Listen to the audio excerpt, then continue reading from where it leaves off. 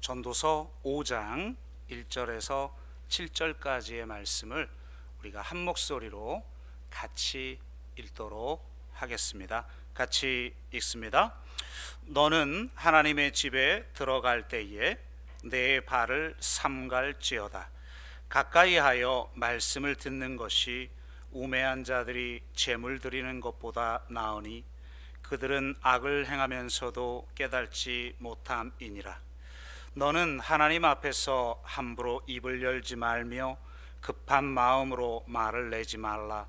하나님은 하늘에 계시고 너는 땅에 있음이니라. 그런즉 마땅히 말을 적게 할 것이라. 걱정이 많으면 꿈이 생기고 말이 많으면 우매한 자의 소리가 나타나느니라. 내가 하나님께 서원하였거든 갚기를 더디게 하지 말라. 하나님은 우매한 자들을 기뻐하지 아니하시나니 서원한 것을 갚으라. 서원하고 갚지 아니하는 것보다 서원하지 아니하는 것이 더 나으니 내 입으로 내 육체가 범죄하게 하지 말라. 사자 앞에서 내가 서원한 것이 실수라고 말하지 말라. 어찌 하나님께서 내 목소리로 말미암아 진노하사 내 손으로 한 것을 멸하시게 하랴. 꿈이 많으면 헛된 일들이 많아지고 말이 많아도 그러하니 오직 너는 하나님을 경외할지니라. 아멘.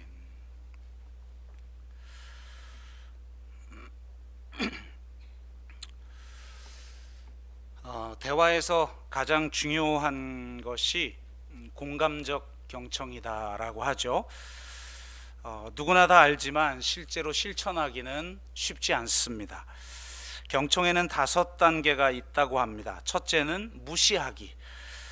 안 듣는 것도 사실 듣는 것이고 안 듣는 걸 통해서 상대에게 메시지를 주고 있는 셈이죠. 둘째는 가장하기.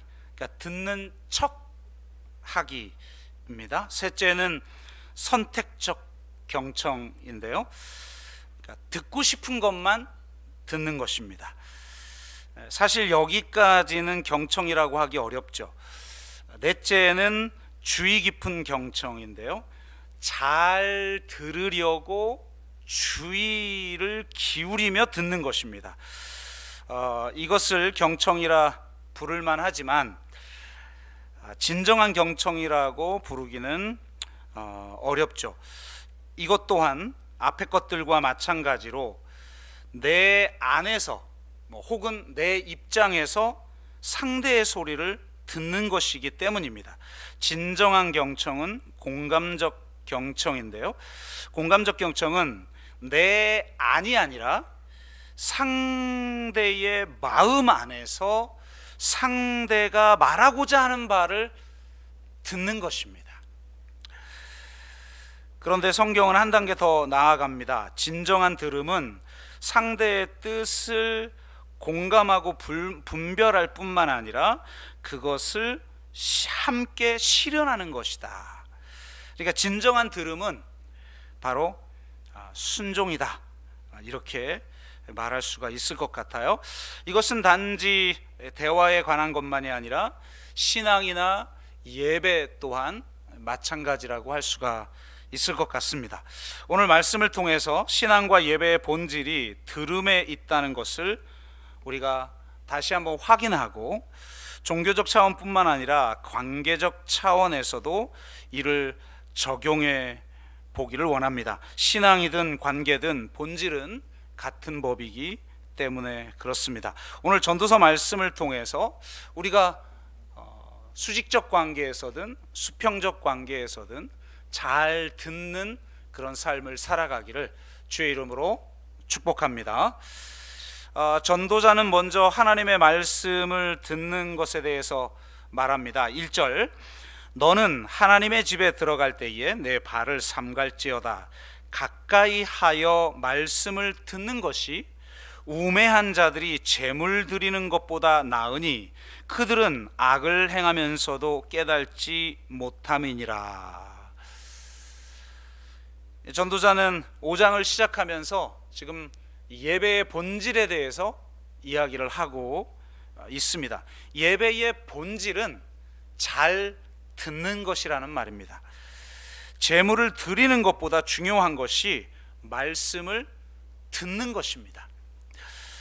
이는 이스라엘이 가장 중요하게 여기는 쉐마의 메시지와 일치함을 알 수가 있죠. 신명기 6장 4절에서 5절 말씀은 이렇습니다. 이스라엘아 들으라. 이것이 이제 히브리어로 쉐마 이스라엘 이렇게 시작되는 문구입니다. 우리 하나님 여호와는 오직 유일한 여호와시니 너는 마음을 다하고 뜻을 다하고 힘을 다하여 내 하나님 여호와를 사랑하라. 신실한 유대인들은 매일 아침에 일어날 때 그리고 저녁에 잠자리에 들 때마다 큰 소리로 이 쉐마를 외웠다고 합니다.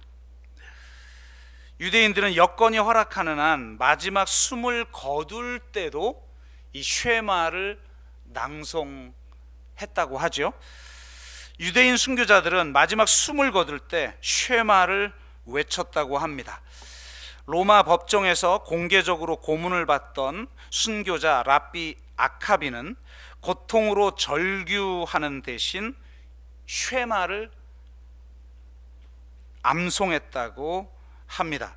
죽어가는 랍비가 그를 지켜보던 제자들에게 이렇게 말했다고 하죠. 마음을 다해 내 하나님을 사랑하라는 구절을 읽을 때마다 궁금했노라. 과연 내가 이것을 실천할 특권을 누릴 수 있을까? 이제 기회가 왔으니 기쁨으로 이 기회를 붙잡아야 하지 않겠는가? 이렇게 말하고서 영혼이 떠날 때까지 쉐마 이스라엘, 아도나이 엘로헤누, 아도나이 에하드. 이스라엘아 들으라, 우리 하나님 여호와는 한 분이시니라. 이 말씀을 반복했다고 합니다. 정말 멋지지 않습니까? 그러니까 그만큼 이 쉐마 이스라엘은 유대인들에게 절대적인 말씀이죠. 여기서 들으라는 말은 단지 어떤 소리를 듣는다는 의미를 넘어서서 주의하다 혹은 들은 바의 행동으로 반응하다 등의 뜻들을 담지하고 있습니다. 1차적으로 쉐마는 순종하라는 의미인 것이죠. 여러분 한국말도 마찬가지 아닙니까? 돌아올 때까지 아빠 말 잘 듣고 있어? 라고 엄마가 아이에게 이야기해 주는 게 뭐 소리 듣고 있으라는 말은 아니지 않습니까? 순종하라는 말이죠. 예수님도 이렇게 말씀하셨습니다. 들을 귀 있는 자는 들을지어다. 그냥 들으라는 말이 아니죠. 내 가르침을 받았으니 깨닫고 마음에 새기고 순종하라, 이런 뜻인 거죠.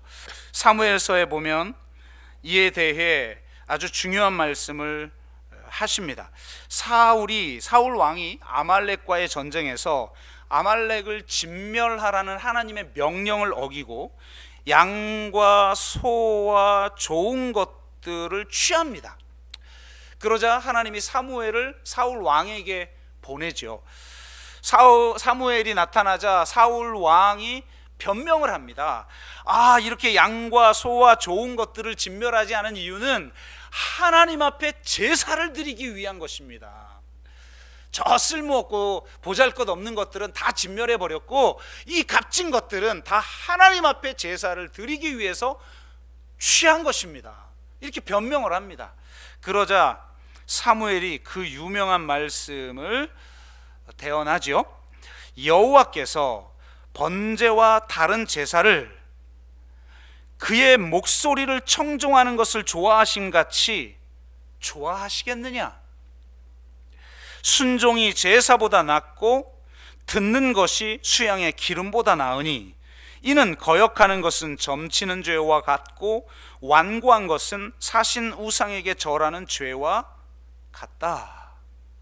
이렇게 말합니다. 그러니까 우리가 아무리 예배를 잘 드려도 말씀을 듣지 않고 깨닫지 못하고 또 그 말씀을 마음에 새기고 그 말씀대로 살지 않는다면 그것은 우상 숭배의 죄와 같다, 이렇게 이야기하는 거예요. 이것은 수많은 선지자들이 선포한 내용과 일치하죠. 이사야는 뭐라고 말했습니까?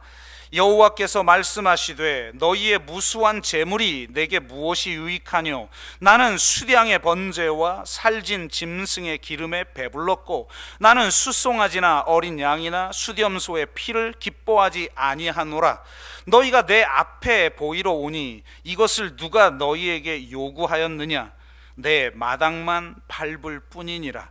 너희는 스스로 씻으며 스스로 깨끗하게 하여 내 목전에서 너희 악한 행실을 버리고 행악을 그치고 선행을 배우며 정의를 구하며 학대받는 자를 도와주며 고아를 위하여 신원하며 과부를 위하여 변호하라 하셨느니라, 이렇게 말하고 있죠. 물론 예배 중요합니다. 지금 예배조차도 소홀히 여기고 너무 쉽게 주일 성수를 등한히 여기는 이런 거 지금 말고, 그건 뭐 이런 메시지를 아직 들을 단계도 아니죠. 그러나 정말 철저하게 하나님의 말씀대로 예배를 드리고 또한 온전히 하나님 앞에 제물을 드린다 할지라도 만약 정말 말씀을 듣고 그 말씀을 깨닫고 정말 그 말씀을 마음에 새기고 그 말씀대로 순종하지 않는다면 그것은 하나님이 기뻐하는 바가 아니라는 거예요. 예배의 본질은 말씀을 듣는 것이라고 전도자는 말합니다. 이러한 예배의 본질은 두 가지 영역에서 나타나는데요, 하나는 기도이고 다른 하나는 서원입니다. 전도자는 말합니다. 2절, 너는 하나님 앞에서 함부로 입을 열지 말며 급한 마음으로 말을 내지 말라. 하나님은 하늘에 계시고 너는 땅에 있음이니라. 그런즉 마땅히 말을 적게 할 것이라. 이것도 마찬가지입니다. 기도도 안 하는 사람에게 지금 하는 말이 아니고 이 바리새인들처럼 율법적으로 기도를 하는 사람들에게 하는 말이에요. 여러분 기도 좀 합시다. 자, 기도 열심히 한다고 치고 기도할 때 우리는 너무 하나님 앞에 말이 많다는 거예요. 하나님 앞에서 함부로 입을 열고 급한 마음으로 말을 냅니다. 그러지 말라는 거예요. 왜냐하면 하나님은 하늘에 계시고 우리는 땅에 있기 때문이에요. 하나님은 창조자이시고 우리는 피조물이라는 거예요. 어느 예배학자가 이렇게 지적을 했습니다.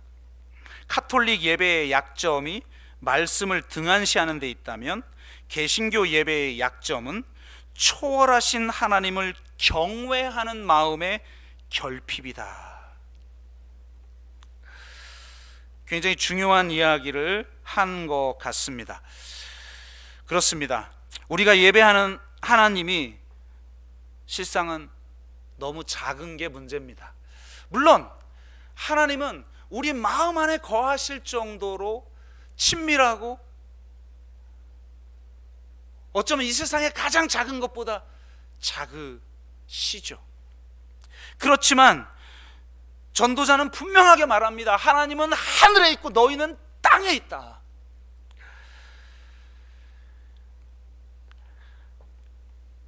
하나님은 하늘에 있고 우리는 땅에 있어야 하는데 우리가 하늘처럼 높아졌고 하나님은 그런 우리 안에 갇혀 버렸습니다. 마음 안에 있는 신은 우리가 통제하기 쉽고 우리의 욕망을 채워줘야 하는 알라딘 램프 속 지니에 불과한 것이 되어 버렸죠. 그렇기에 우리는 함부로 입을 열고 급한 마음으로 말을 낼 수가 있는 것입니다. 하지만 하나님은 초월적인 분이시고 포착 불가능한 분이시며 인간이 그분의 뜻을 온전히 파악하는 것은 불가능합니다. 로마서 11장 33절, 깊도다 하나님의 지혜와 지식의 풍성함이요 그의 판단은 헤아리지 못할 것이며 그의 길은 찾지 못할 것이로다. 만약 이것이 우리의 진정한 고백이라면 우리가 어떻게 이런 하나님 앞에서 감히 마치 내가 나를 더 잘 알고 있는 것처럼, 나의 필요를 내가 하나님보다 더 잘 아는 것처럼, 나에게 이루어져야 될 것이 나에게 이루어져야 될 것을 하나님보다 내가 더 잘 아는 것처럼, 하나님의 뜻을 하나님 자신보다 내가 더 잘 아는 것처럼 어떻게 함부로 입을 열고 더 말을 많이 할 수가 있단 말입니까?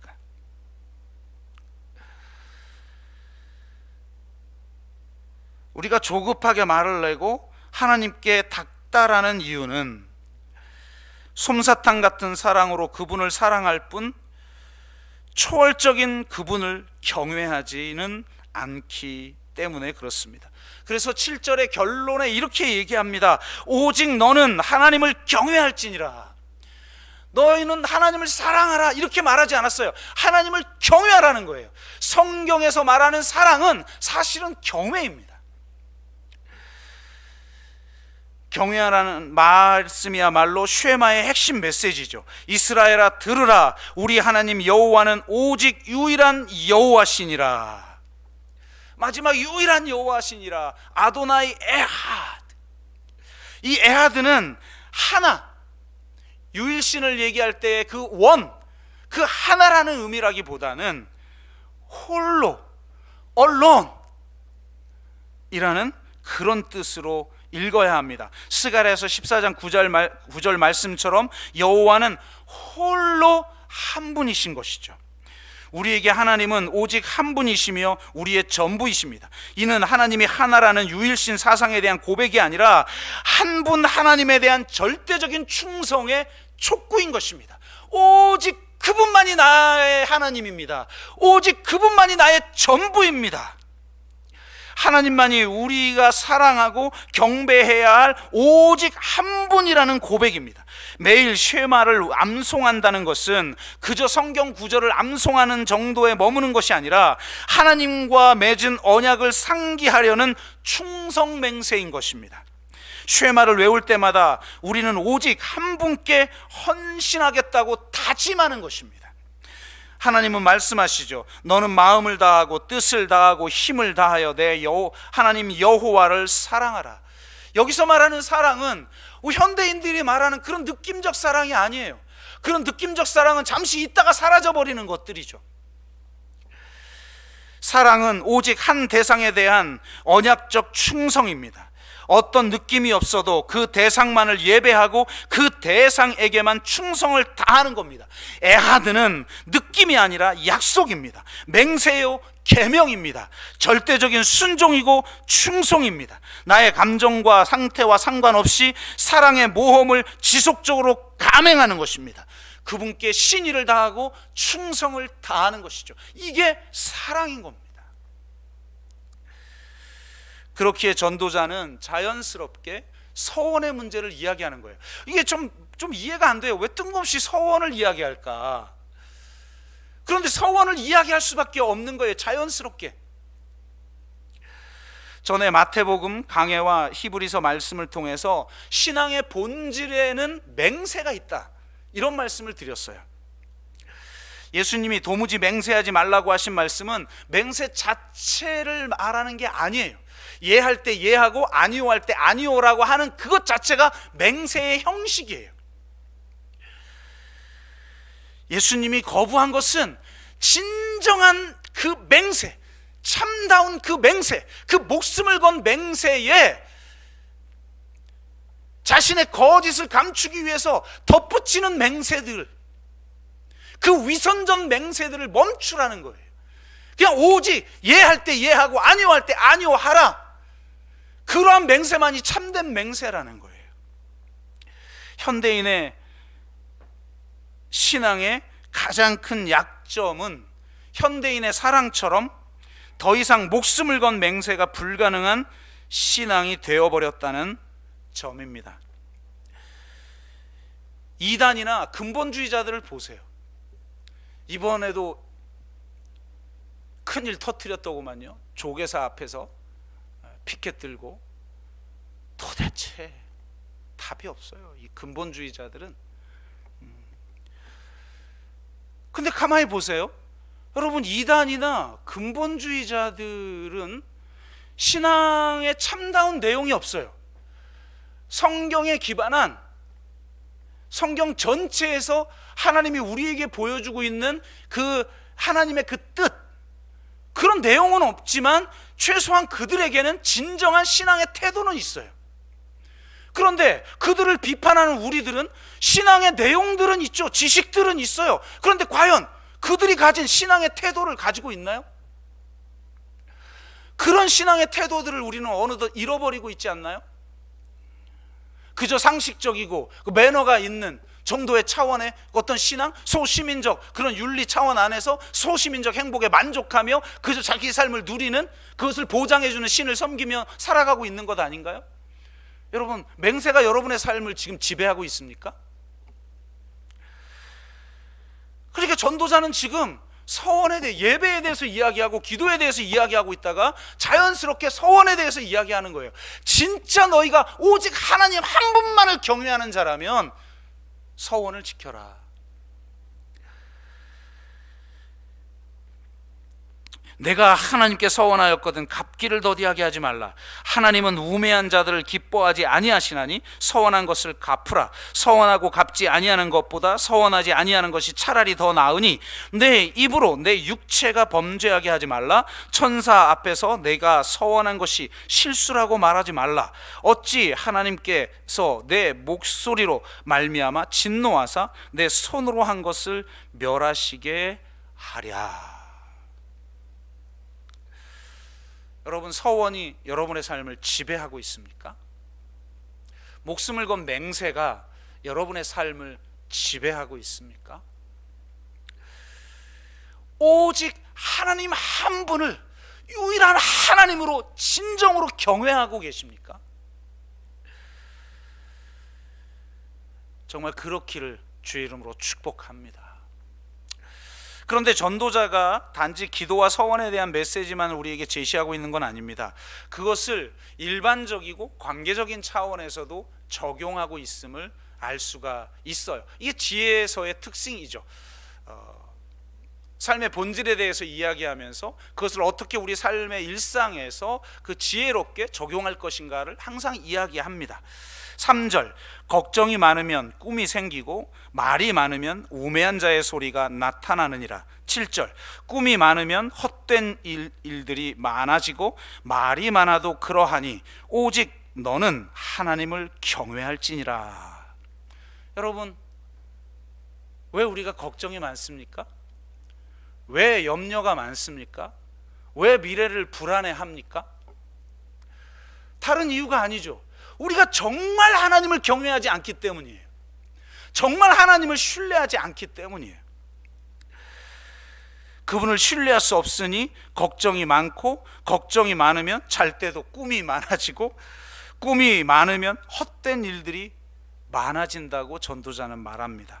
이것은 언어의 차원에서도 그대로 드러나죠. 하나님을 경외하지 않기 때문에 말이 많아지고, 말이 많아지면 우매한 자의 소리를 내게 되고 결국 헛된 일들이 많아진다는 겁니다. 우리가 남의 말을 잘 안 듣고 말이 많은 이유는 바른 신앙을 가지지 못했기 때문이라고 전도자는 말합니다. 언어의 문제가 실상은 신앙의 문제라는 거예요. 하나님을 경외하는 것이 지혜의 근본입니다. 하나님을 경외한다는 것은 하나님은 하늘에 있고 우리는 땅에 있다고 인정하는 겁니다. 하나님을 경외하면 우리가 얼마나 작은 존재인지를 깨닫게 됩니다. 하나님 앞에서 겸허해지고 겸손해집니다. 우리가 작음을 깨닫는 것이 지혜의 시작이죠. 그런데 어리석은 자는 이걸 몰라요. 이것을 깨닫지 못합니다. 그래서 전도자가 말하는 어리석은 자의 특징이 있는데요, 뭘 하면서도 자신이 무엇을 하는지 왜 하는지도 인식하지 못한다는 거예요. 그러니까 이 지혜서들의 특징은 악인을 어리석은 자라고 말한다는 거예요. 왜 우리가 악하냐? 무지하다는 거예요. 깨닫지 못한다는 거예요. 1절, 그들은 악을 행하면서도 깨닫지 못함이니라. 또 다른 특징이 뭡니까? 실수였다는 말을 많이 한다는 겁니다. 원래 이 겸손하지 못한 사람들은 이런 말 많이 해요. 제가 농구할 때 갑자기 떠오르는 말이라서 한번 하는데요. 제가 왕년에 농구 좀 했습니다. 축구를 가장 좋아했지만 농구 꽤나 좀 했는데요. 오늘날 잘 안 돼요. 그럼 오늘은 내 실력이 안 나오네. 얼마나 교만한 거예요. 그게 내 실력이지. 잘했다 못했다 그게 내 실력이죠. 항상 잘하는 실력이 있고 잘했다 못했다 하는 실력이 있는 거죠. 근데 나는 못했을 때 오늘 내 실력이 안 나오네 이렇게 얘기한다면, 참, 이게 교만한 자들의 특징이에요. 어리석은 자들은 교만해요. 교만한 자들의 특징은 내가 실수였다는 말을 굉장히 많이 한다는 거예요. 자신이 어떤 존재인지를 모르는 거죠. 오죽하면 6절, 천사 앞에서 내가 서원한 것이 실수라고 말하지 말라. 심지어는 서원의 문제조차도 그건 내가 실수로 한 거예요 라고 말한다는 거예요. 어리석은 자들은 자신이 얼마나 작은 자인지 모르는 어리석은 자들의 특징은 실수였을 뿐이라는 변명을 많이 한다는 거예요. 내 존재가 실수할 수밖에 없는 그런 연약한 존재라는 것에 대한 인식이 없다는 거예요. 그러니까 실수였다라는 말을 많이 하는 사람일수록 말이 많아요. 듣기는 더디어야 돼, 말은 빨라요. 우리는 왜 실수를 하는가라는 책이 있어요. 이 책을 읽어보니까 특별한 사람들만 실수하는 게 아니더라고요. 우리 모두가 실수를 하더라고요. 제가 점점 더 이제 중증이 돼가고 있는데, 저도 우리 애들이 아빠 큰일 났어요. 엄마야 원래 그랬지만 아빠마저 이러면 아빠 치매 걸린 것 같아요. 아빠마저 이러면 우리 집안 어떡하란 말이에요. 요즘 막 자꾸 이런 말을 해요. 근데 가만히 보시면 실수하는 것이 특별한, 물론 이렇게 드러나는 실수를 하는 어떤 사람을 보면 이 실수를 많이 하는구나 이러지만, 사실 인간이 그냥 실수하는 존재라는 거예요. 제가 이 책을 읽어보니까요, 그렇더라고요. 소제목만 봐도 알 수 있어요. 인간은 보는 것의 일부만 인식한다. 인간의 그 시각 구조, 사고 구조가 그렇다는 거예요. 그냥 인간은 의미가 중요하지 세부 요소는 중요하지 않다. 내가 중요하게 여기는 그것만 보지 세부적으로 그게 맞는지 틀리는지 이건 보지 않는다는, 인간의 존재 자체가 그렇게 되어 있다는 거예요. 구조화되어 있다는 거예요. 인간은 부분을 보고 전체를 한다. 인간은 대충 훑어본다. 인간은 일단 저지르고 본다. 인간은 장밋빛 안경을 쓰고 있다. 인간은 자신이 평균 이상이라고 착각한다. 이거 얼마나 찔리든지. 인간은 여러 가지 일을 동시에 할 수 없다. 인간의 사고방식에는 문제가 참 많다. 그럼 다양한 사고방식의 유형을 이야기해요. 그다음에 인간은 특정한 틀에서 벗어나지 못한다. 인간은 같은 실수를 반복한다. 말해봤자 안 고쳐지는 거를 20년 30년을 이야기하는 어리석은 자들이요, 저를 향해 하는 말이에요. 그러니까 지질이도 안 변하는 거예요. 나도, 그죠? 저도 그렇고 우리 모두가 그런 존재라는 거예요. 지혜자란 뭐냐? 내가 그런 존재구나 안다는 거예요. 하나님은 하늘에 계시고 나는 땅에 있고 내 피조물에 불과하고 내가 동물과 같은 존재구나, 내가 참 연약한 존재구나 라는 걸 내가 깨닫는 자, 거기서부터 비로소 지혜라는 게 시작되는 거예요. 서양도 마찬가지잖아요. 최고의 지혜자인 소크라테스가 뭐라고 그래요? 나는 아무것도 모른다는 것을 알 뿐이다. 그게 지혜의 시작인 거죠. 그래서 지혜자는 겸손해요. 그렇기 때문에 말하기보다 듣기를 먼저 해요. 내가 아무리 지혜로워도 내가 실수할 수밖에 없는 존재라는 걸 알기 때문에. 그러므로 듣는 것이야말로 지혜의 본질인 것입니다. 열왕기 상에 보면 왕이 된 솔로몬에게 하나님은 이렇게 말씀하시죠. 내가 너에게 무엇을 줄고 너는 구하라. 네가 구하는 대로 내가 주겠다. 그랬더니 솔로몬이 뭘 달라고 그랬어요? 여러분 너무 유명하죠? 네. 이런 구절이에요. 열왕기상 3장 9절. 누가 주의 이 많은 백성을 재판할 수 있사오리이까? 지혜로운 마음을 종에게 주사 주의 백성을 재판하여 선악을 분별하게 하옵소서.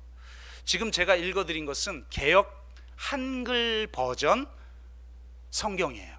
우리가 요즘 읽고 있는 건 개역 개정 성경이죠. 개역 개정 성경은 이렇게 번역하지 않았어요. 지혜로운 마음을 종에게 주사를, 여러분 지금 딱 펼치면 나오는데 듣는 마음을 종에게 주사로 번역했어요. 그러니까 원어에 보다 근접하는 번역은 듣는 마음이라는 거예요. 그러니까 지혜는 뭐냐? 듣는 마음이라는 거예요. 듣는 마음. 최소한 솔로몬은 초창기에는 듣는 마음이 있었던 것 같아요. 하나님의 말씀을 듣고 또 백성들의 탄식 소리를 들을 줄 아는 왕이었던 거죠. 야고보서 설교하면서 참된 경건에 대해서 말씀드렸습니다. 여러분, 참된 경건이 뭐였습니까? 기도 많이 하고 헌금 많이 하고, 물론 그런 것도 포함해서 본질은 뭐냐? 혀를 제어하는 것. 둘째는 뭐였죠? 고아와 과부를 돌보는 것. 셋째는 뭐였죠? 새 속에 물들지 않고 자기를 지키는 것. 이게 경건의 본질이라는 거예요. 근데 이 본질은 하나로 통한다는 거예요. 특히 제가 그런 말씀을 드렸어요. 고아와 과부를 돌보는 것과 혀를 제어하는 것은 특히 깊은 연관을 가지고 있다. 여러분, 혀를 제어하는 것의 가장 중요한 특징이 뭐죠? 듣기는 속히 하고 말하기는 더디하며 성내기도 더디하는 거예요. 지혜자의 가장, 그 사람이 지혜 있는지 아닌지 뭘 알 수 있느냐? 말하기는 더디하고 듣기는 속히 하며 성내기도 더디하는 거예요. 그러니까 이 혀를 제어하는 것의 특징, 가장 중요한 핵심에는 바로 듣는 것이 있다는 거예요. 경청이 있다는 거죠. 고아와 과부를 돌보는 것도 마찬가지입니다. 고아와 과부를 돌보는 것은 자선이나 시혜를 말하는 것이 아니라 정의를 행하는 것을 말하며, 그것은 지극히 작은 자들의 신음소리를 듣는 것에서 시작합니다. 하나님도 이스라엘 백성들을 구원할 때 이스라엘의 탄식 소리를 들으시고 하감하셔서 그들을 건져내셨다고 말씀하고 있죠. 비가시화되어 있는 그들의 존재를 있는 그대로 보고 비가청화되어 있는 그들의 탄식 소리를 들을 줄 알아야 정의를 행할 수 있는 것입니다. 결국 경건이라는 게 뭡니까? 듣는 겁니다. 새 속에 물들지 않는 길도 하나님만을 경외하고 그분의 말씀을 듣는 것이요, 혀를 다스리는 것도 속히 말하기보다 먼저 듣는 것이며, 고아와 과부를 돌보는 것도 먼저 그들의 탄식 소리를 듣는 것에서 시작되는 것입니다. 여러분, 정말 잘 들을 줄 아는 분들이 되시기를 주의 이름으로 축복합니다. 대화에서 듣는 게 굉장히 중요한데요. 제가 그 협상에 대한 사실 대부분의 대화들이 협상인 경우가 많이 있죠. 아이들 울 때 밥 먹이는 문제라든지 뭘 하지 못하게 하는 문제라든지 뭐든지 협상과 관련된 문제인데, 협상에 대해서 가장 유명한 책을 꼽으라고 한다면 설득의 심리학, 그 다음에 협상의 기술, 그리고 어떻게 원하는 것을 얻는가 정도일 것 같은데요. 앞에 두 권의 내용은 제가 사무엘서를 강해할 때 좀 소개를 했기 때문에 오늘은 어떻게 원하는 것을 얻는가에 대한 소개를 좀 하려고 합니다. 13년 연속 와튼스쿨 최고 인기 강의 내용을 책으로 펴낸 것이라고 하는데요. 제가 이 책이 마음에 들었던 것은 하나입니다. 사실 협상의 기술이나 혹은 설득의 심리학이 재미로는 훨씬 더 재밌습니다. 그런데 이 어떻게 원하는 것을 얻는가의 이 핵심 메시지는 성경과 통하는 데가 있습니다. 이 책은 단순히 협상의 기술을 우리에게 제시하지 않고 의사소통의 본질을 말해요. 협상에서 실제로 이 사람은 단지 가르칠 뿐만 아니라 어떤 큰 기업들이라든지 아니면 또 국가를 대표해서 파견 나가서 이렇게 협상을 하는 일을 직접 했던 사람인데요, 이런 협상가가 이렇게 말하는 거예요. 협상 자체가 중요한 게 아니라는 거예요. 협상에서 이기냐 지냐가 중요한 게 아니라는 거예요. 협상을 통해서 얼마나 내가 이익을 가져오느냐도 중요한 게 아니라는 거예요. 진짜 협상에서 중요한 것은 인간관계를 맺는 거라는 거예요. 이건 굉장히 독특한 겁니다. 협상을 잘 하려면 친구를 가까이 해야 하고 적은 더 가까이 할 줄 알아야 된다는 거예요. 우리는 친구들만, 마음에 맞는 사람들만 가까이 하죠. 주는 것 없이 미운 사람, 짜증 나는 사람, 막 비상식적인 인간들은 우리 멀리하고 싶죠. 그거는 협상의 하수들이 하는 행동인 거죠. 그러니까 이 사람은 우리에게 뭐라고 말하냐면 꼭 성경을 읽는 것 같아요. 협상 자체가 중요한 게 아니다. 그러면서 그 본론으로 들어가기 전에 이렇게 얘기해요. 협상에서 합의에 이른 결정적인 계기, 그러니까 합의를 잘 이룬 협상들을 조사를 해봤는데 실제로 탁월한 경험과 지식, 이 지식을 통해서 합의에 이른 경우는 겨우 10%라는 거예요. 그런데 우리는 대부분 우리가 가진 지식으로 상대를 설득하고 논박해서 굴복시키려고 해요. 그래서 합의를 하게 만들어. 네가 틀려, 맞아, 내가 이런 게 맞지, 그러니까 네가 이걸 해야 되는 거 아니야, 이렇게 우리는 하고 있죠. 성공률이 굉장히 낮은 협상을 하고 있는 거예요, 우리는 대부분. 두 번째로 협상의 성공에 미치는 영향은 절차적인 요소라는 거예요. 실제 내용이 아니라 그 절차를 어떻게 했느냐, 협상의 절차. 굉장히 참 중요한 이야기죠. 그게 37%를 차지한다는 겁니다. 그래서 대화의 기술이나 협상의 기술들이 굉장히 중요해지는 것이고, 그 중에 이 경청이라는 것은 매우 중요한 것이죠. 마지막으로 세 번째가 가장 중요한데, 호감이나 신뢰처럼 인간적인 요소가 합의를 이끌어낸 경우가 55%라는 거예요. 그러니까 실제로 합의를 이뤄낸 협상의 반 이상은 그 인간이 좋아서 그냥 협상해 주는 거라는 거예요. 이거 참. 그러니까 인간적 요소가 가장 중요하다는 거예요. 신뢰를 먼저 맺는 게 가장 중요하다는 거예요. 그래서 협상의 본질은 인간관계라는 거예요. 사람이란 본래 자기 말에 귀 기울여주고 자신의 가치를 인정해주고 의견을 물어주는 사람에게 보답하는 법이라는 거예요. 그는 협상에서 가장 중요한 것이 설득이나 협상의 성공이 아니라 이 부분이 이제 이 성경하고 연결되는 거죠. 사람이라는 거예요. 사람. 그 상대방이 가장 중요하다는 거예요. 그러므로 협상에서 가장 중요한 것은 바로 그 상대의 마음을 여는 것이라는 겁니다. 상대방이 들을 준비가 되어 있지 않으면 누구에게 그 어떤 이야기를 해도 소용이 없죠. 상대가 마음을 열 수 있도록 철저히 그를 먼저 신뢰하고 그의 가치를 인정해 주며 상대가 자신을 신뢰할 만한 사람으로 여길 때까지 천천히 점진적인 접근을 한다는 겁니다. 점진적인 접근에서 가장 중요한 것은 상대 안에 있는 마음을 그려보는 거라는 거예요. 쉽게 얘기하면 이런 거예요. 여러분도 다 아시듯이 여러분 패러다임에 대한 이야기를 할 때 그림 한 장을 보여주잖아요. 근데 그 하나의 그림인데 어떤 사람한테는 노파로 보이고 어떤 사람에겐 젊은 여인으로, 목걸이를 찬 젊은 여인으로 보이는, 제가 이걸 오늘 보여준다고 그래놓고 다 아니까 이 정도는 다 알죠. 그림. 그러니까 나에게 노파의 그림이 있다면 아무리 젊은 여인이 있다고 생각하고 아무리 접근해도 협상이 안 된다는 거예요. 대화가 안 된다는 거예요. 상대방의 안에 있는 그 그림이 무엇인지를 봐야 된다는 거예요. 그가 가진 가치관, 그가 가진 프레임, 그가 가진 표준이 무엇인지, 그가 가진 인식과 그의 감정이 무엇인지를 알아야 된다는 거예요.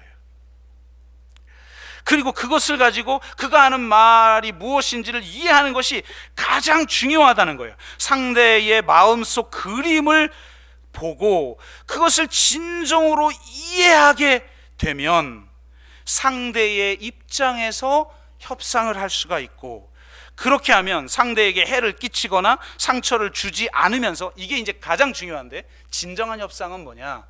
우리는 보통 상대를 설득시키고 굴복시키는 거죠. 그래서 네가 맞는 것 같아. 그래서 내가 들어주긴 해요. 들어주긴 하지만 찝찝해. 내가 졌거든. 마지못해 들어주고 행하지만 사실은 내가 결정한 게 아니에요. 진짜 협상은 뭐냐면 상대가 스스로 결정하게 하는 거라는 거예요. 내가 그 사람의 마음속으로 들어가 그 사람의 마음의 그림을 그려볼 줄 알고 상대의 입장을 이해하게 됐을 때,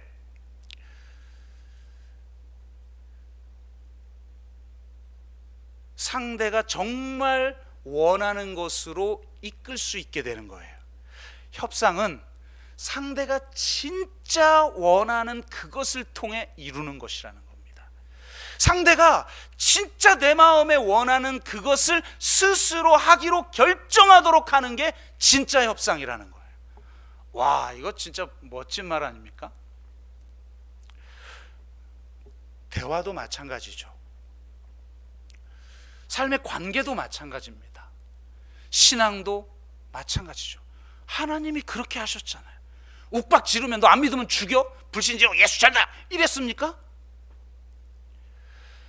우리가 사랑하기도 전에, 우리가 죄인 되었을 때에, 심지어는 우리가 연약할 때에, 우리가 원수 되었을 때에 먼저 우리를 사랑하사 자신의 생명까지 내어주시면서 내가 이렇게 사랑했는데 이 사랑 좀 받아줄래?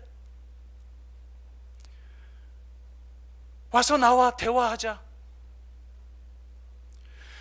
네 죄가 주홍빛 같을지라도 내가 눈과 같이 휘어지게 하겠다. 하나님이 우리에게 그렇게 하셨듯이, 하나님이 나와의 관계 속에서 그렇게 하셨듯이, 우리가 정말 하나님 앞에서 온전히 하나님만을 경외하며 그러해야 하는 것처럼 일상의 삶 속에서, 관계 속에서도 마찬가지라는 거예요. 여러분, 정말 들을 줄 아는 자가 되시기를 주의 이름으로 축복합니다. 말씀을 맺습니다. 참된 예배자는 하나님만을 경외하는 자입니다. 지혜의 근본은 하나님을 경외하는 것입니다. 그렇게 하나님을 경외할 때 우리는 겸손해질 수가 있습니다. 우리의 연약함을 있는 그대로 인정할 줄 알게 됩니다. 그렇게 될 때 우리는 먼저 들을 줄 아는 사람이 됩니다. 참된 지혜자의 가장 중요한 특징은 듣는 것입니다. 여러분, 무엇보다도 하나님의 말씀을 듣는 참다운 예배자가 되시기를 주의 이름으로 축복합니다. 무엇보다도 나의 가장 가까이에 있는 사람, 그리고 심지어는 원수까지도 사랑하고 존중하고 신뢰하고, 그가 스스로 자신이 정말 원하는 것을 선택할 수 있도록 대화할 줄 아는 그런 저와 여러분 되시기를 주의 이름으로 축복합니다. 기도합시다.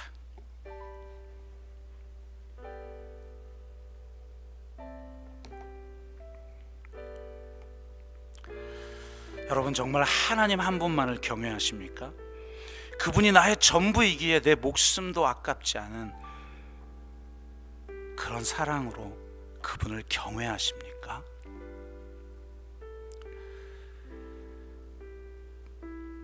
그분을 경외하기 때문에 모든 걱정, 근심, 염려, 불안을 다 십자가에 못 박아버리고 말을 더디하고 하나님의 말씀을 청종하며 그분의 뜻에 순종하십니까?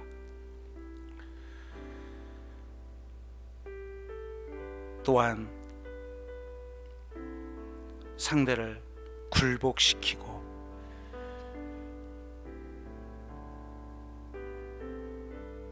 상대로부터 나의 유익을 취하려는 것이 아니라 진정으로 그가 소중하고 그를 신뢰하기에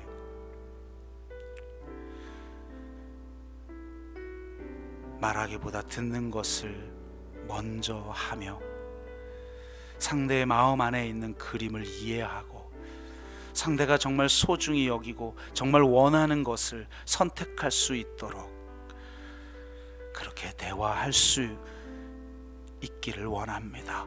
하나님, 그런 사랑을 우리가 먼저 더 경험하고 더 은혜로 충만해져서 들을 줄 아는 참다운 예배자, 참다운 지혜자가 되게 하여 주옵소서. 이렇게 우리가 한번 같이 기도합시다. 하나님 감사합니다. 정말 하나님의 음성을 들을 줄도 모르고 하나님 또한 사랑하는 사람들의 이야기를 들을 줄도 모르고 하나님 때로는 주능도 없이 미운 사람, 거리감이 있는 사람들의 말을 들을 줄도 몰라 듣는 것보다 말하기를 먼저 하는 어리석은 자입니다. 하나님께도 투정하고 닥달하며 내가 원하는 것 구하는 걸 내어놓으라고